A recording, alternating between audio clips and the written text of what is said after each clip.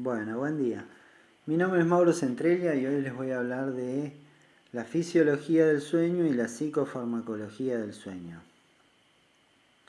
Bueno, es importante decir que el sueño es un proceso activo. Esto significa que es un proceso en el que se gasta energía, es decir, nosotros gastamos energía para dormir. Antiguamente se pensaba que el sueño era un proceso pura y exclusivamente pasivo, donde había una especie de sopor mental, una desconexión sensorial. Bueno, hoy sabemos que en algunas etapas del sueño la actividad puede superar ampliamente a la de la vigilia. Hay etapas del sueño donde la actividad es muy similar a la actividad cerebral que registra un niño que está jugando a los videojuegos, por ejemplo. El sueño además es un proceso rítmico. Lo que vemos acá es que hay dos elementos necesarios para dormir. A la derecha vemos el elemento homeostático del sueño.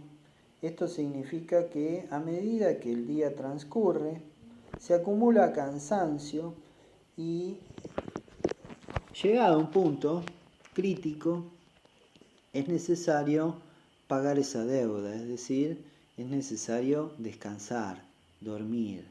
Hay sustancias que circulan en el organismo y que son reflejo del cansancio acumulado a lo largo del día. A esas sustancias se las denomina hipnógenos endógenos. El más conocido de estos hipnógenos endógenos es la adenosina. La adenosina es justamente el producto catabólico de aquellas moléculas que son dadores de energía, como por ejemplo el ATP, el ADP, es decir, la energía química, la moneda energética que utiliza el cuerpo. Entonces, a medida que el día transcurre, se acumula la adenosina y alcanzado un punto crítico, lo que hace la adenosina actuando en distintas estructuras del sistema nervioso central, sobre todo en algunos núcleos hipotalámicos, es indicar que hay que promover el sueño más profundo, el sueño reparador. Hasta ahí el componente homeostático del sueño. Hay un dato interesante, por ejemplo. La cafeína es un antagonista de los receptores de adenosina. Eso hace que el café nos despierte, que muchas veces optemos por tomar café para no quedarnos dormidos cuando estamos muy somnolientos. Y después hay otro elemento del sueño que es el elemento circadiano, aquel que vemos en el gráfico a la izquierda. Es decir, hay un horario preferencial para dormir, hay un horario preferido para dormir.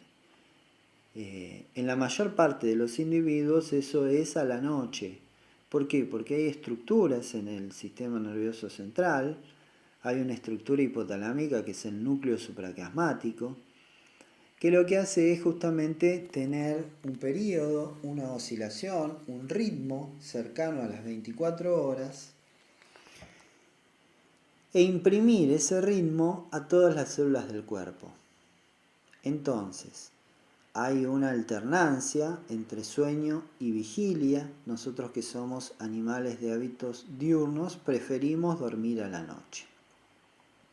Un maestro mío decía que no solamente es necesario tener una deuda de sueño, es decir, contar con ese cansancio acumulado a lo largo del día, sino que además para pagar esa deuda es necesario encontrar las puertas del banco abiertas. Bueno, digamos que el núcleo supraquiasmático en esa alternancia, en ese ritmo sueño-vigilia, lo que hace es abrir las puertas del banco para que uno pueda pagar esa deuda de sueño. ¿Se entiende? Bueno, el estudio más importante y más completo para evaluar la función sueño es la polisomnografía. La polisomnografía, a su vez, está formada por tres estudios. Uno es el electroencefalograma. El electroencefalograma es el registro gráfico de la actividad eléctrica cortical desde la superficie del cráneo, desde la superficie del cuero cabelludo. No es un estudio cruento, es un estudio que se realiza colocando electrodos por sobre algunas regiones corticales y lo que hace justamente es medir la actividad de esos grandes grupos neuronales que están por debajo. ¿Está bien? Lo que vemos acá es dónde se colocan sobre el cuero cabelludo los distintos electrodos y cómo miden la actividad de distintas regiones corticales. ¿Qué actividad mide el electroencefalograma? Bueno, mide la actividad de estas células, que son las células piramidales de la corteza, y lo que mide justamente son las entradas y salidas de corrientes iónicas que suceden en el árbol dendrítico de estas células. Por supuesto, no mide lo que sucede individualmente con cada una de ellas, sino que lo que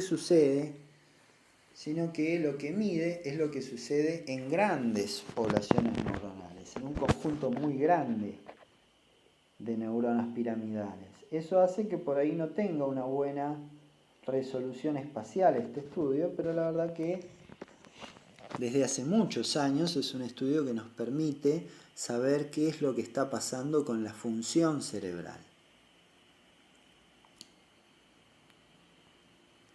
Bueno, lo que vemos es que lo que caracteriza a la actividad eléctrica cortical de la vigilia es un patrón de actividad, aquel que vemos arriba de todo.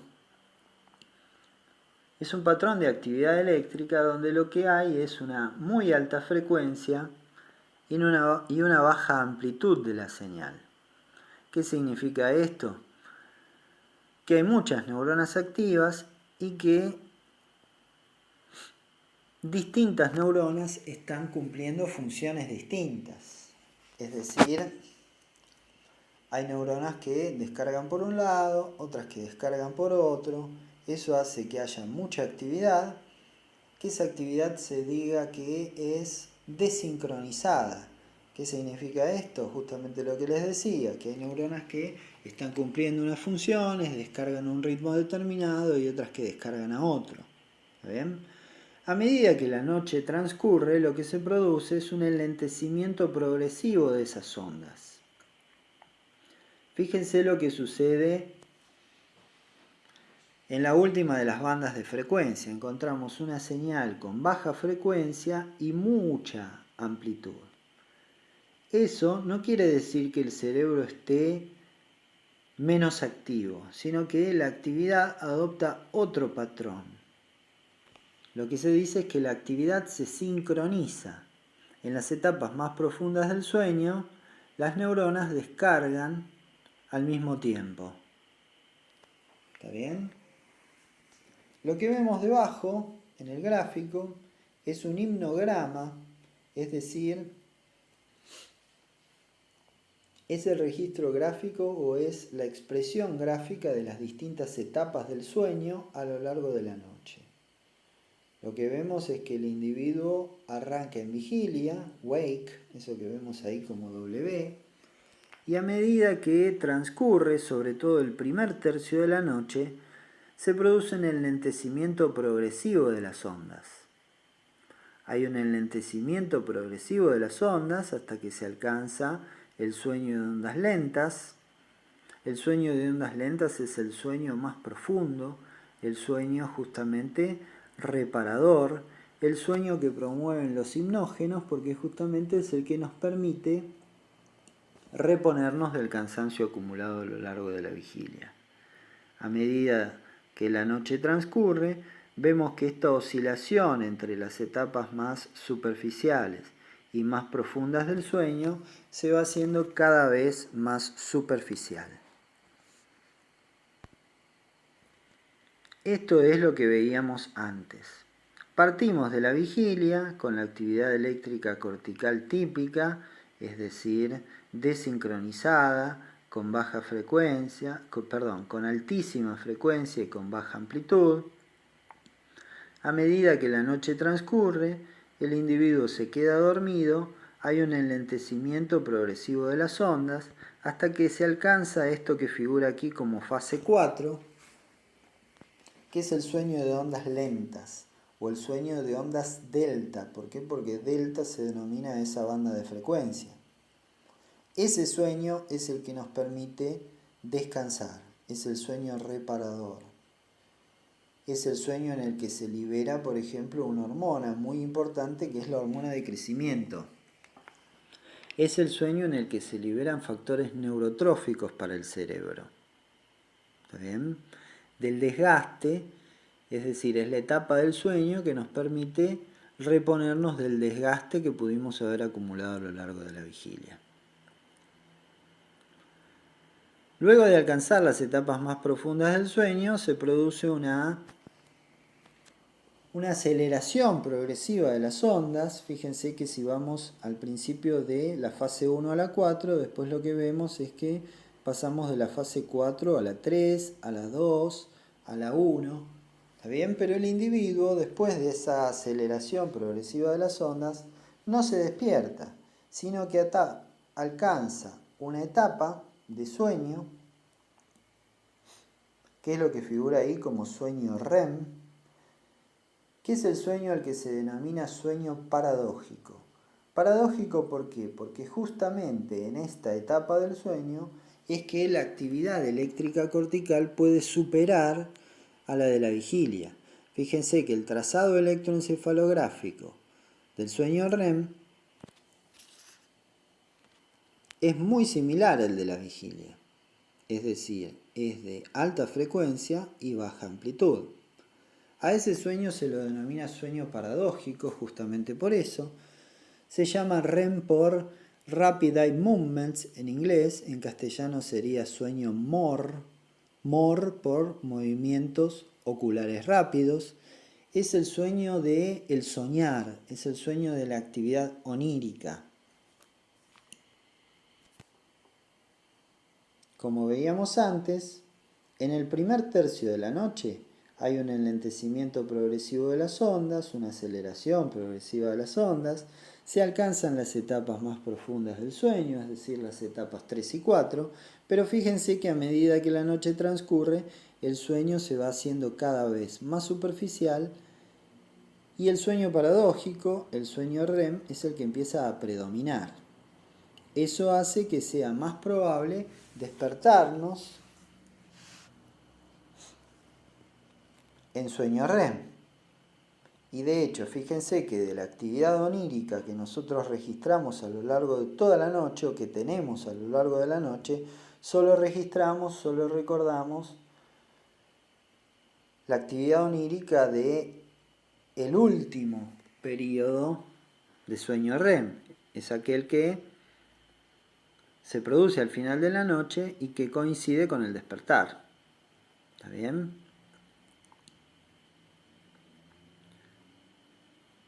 Desde que nos quedamos dormidos hasta que alcanzamos las fases más profundas del sueño, transcurren aproximadamente 45 minutos, una hora.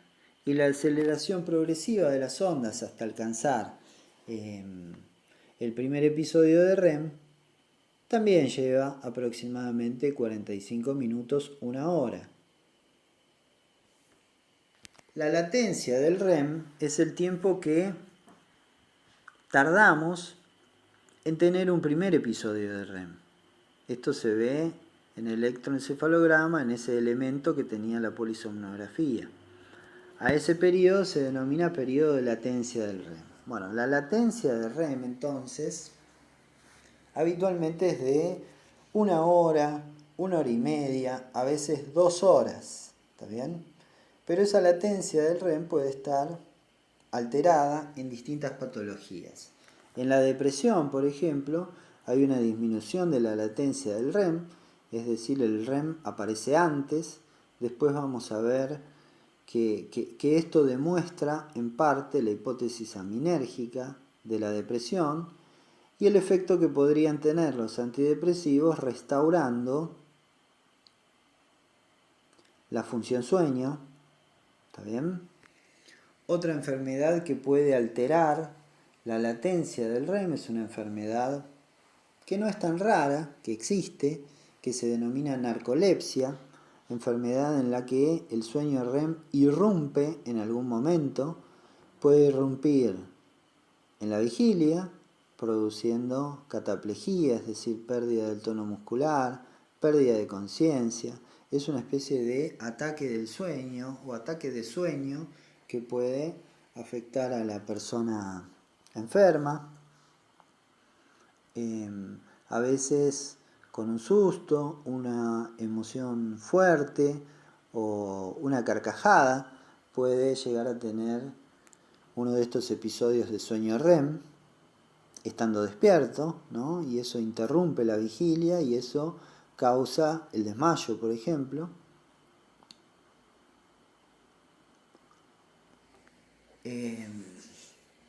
Y bueno, hay distintas patologías que alteran esa latencia de sueño REM. Quiero que lo tengan esto presente para que después cuando hablemos de la neuroquímica podamos pensar por qué sucede eso. Bueno, esto ya lo vimos, es el enlentecimiento progresivo de las ondas y la aceleración progresiva de las ondas hasta que se alcanza el primer episodio REM. Bueno, lo mismo vemos acá en la primera mitad del gráfico.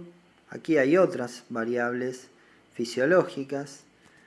La polisomnografía no solamente está formada por el registro gráfico de la actividad eléctrica cortical, sino que también mide la polisomnografía también está compuesta por el electromiograma, que es el registro gráfico de la actividad eléctrica muscular, y el electrooculograma, que lo que hace es medir la actividad de los músculos extrínsecos del ojo, es decir, los movimientos oculares. ¿Se acuerdan que la forma de definir al sueño paradojal era de acuerdo a los movimientos oculares?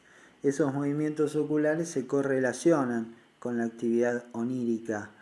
Vieron que el sueño es fundamentalmente visual y el sueño lo que hace es, el sueño de la actividad onírica, quiero decir, ¿no? La actividad onírica es fundamentalmente visual, el soñar.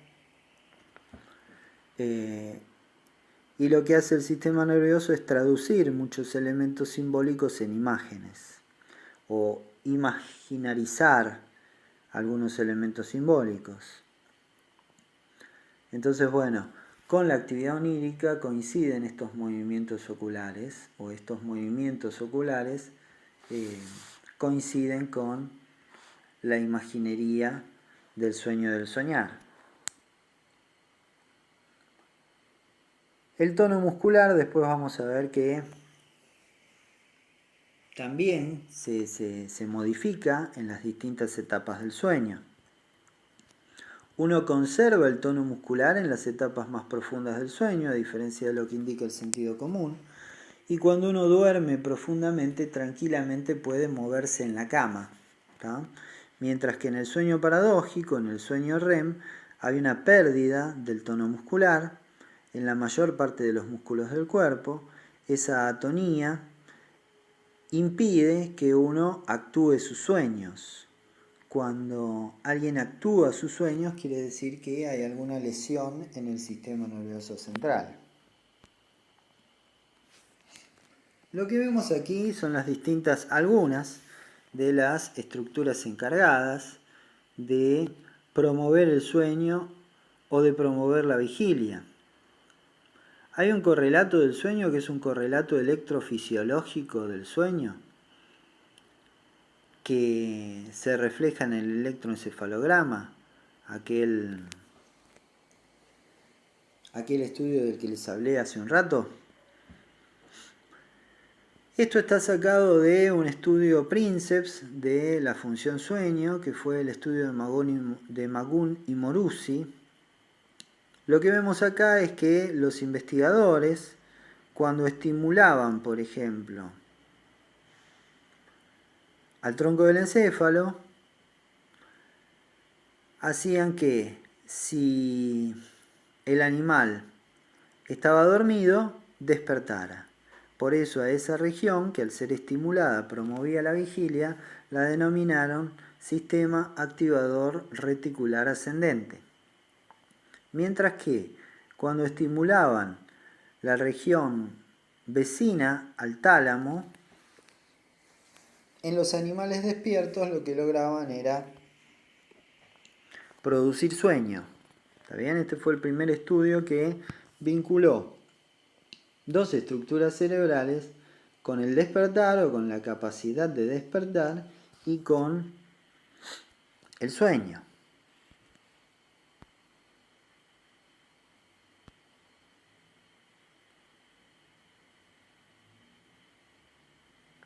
Bueno, lo que vemos acá es la actividad de las distintas neuronas que forman estos núcleos. El sistema activador reticular está formado por al menos 3 estructuras. Esas 3 estructuras son, como vamos a ver después, el locus coeruleus, la formación reticular previamente dicha, los núcleos del RAFE, el núcleo del pedúnculo pontino, es decir, son estructuras que lo que hacen es activar al encéfalo. ¿Está bien? Son estructuras que inervan el encéfalo y lo que hacen es promover la actividad. ¿Cómo promueven la actividad?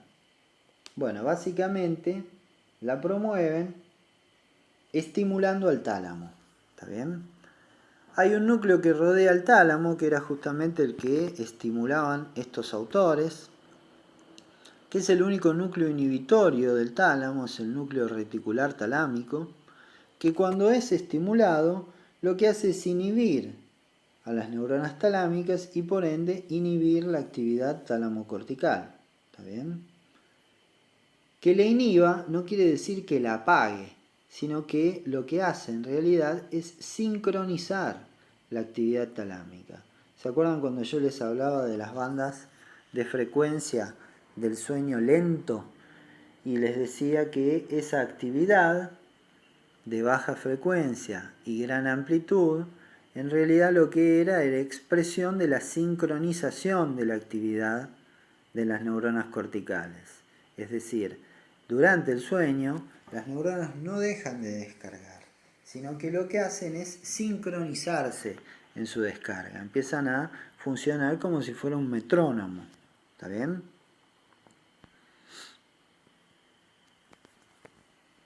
Bueno, esta es una imagen que a mí me resulta graciosa. ¿Por qué? Porque vieron que el delfín no es un pez, sino que es un mamífero, es pulmonado y necesariamente tiene que subir a la superficie para respirar. ¿Está bien? Bueno, ¿cómo resuelve esto el delfín? Es decir, esa necesidad de subir a la superficie para respirar, durmiendo un hemisferio cerebral a la vez. Es decir, nunca está del todo dormido el delfín, sino que duerme alternativamente la mitad de su cerebro. Bueno, aquí vemos más estructuras que tienen que ver con el control de la función sueño. Eso no es importante. Esta imagen sí, porque se acuerdan que yo les había dicho que era necesario el elemento circadiano del sueño más allá del cansancio acumulado, o que era necesario que el sistema nervioso central nos indicara cuándo era el momento más propicio para dormir. Hay un oscilador circadiano, que es el núcleo supraquiasmático, que es el encargado de coordinar esa actividad justamente.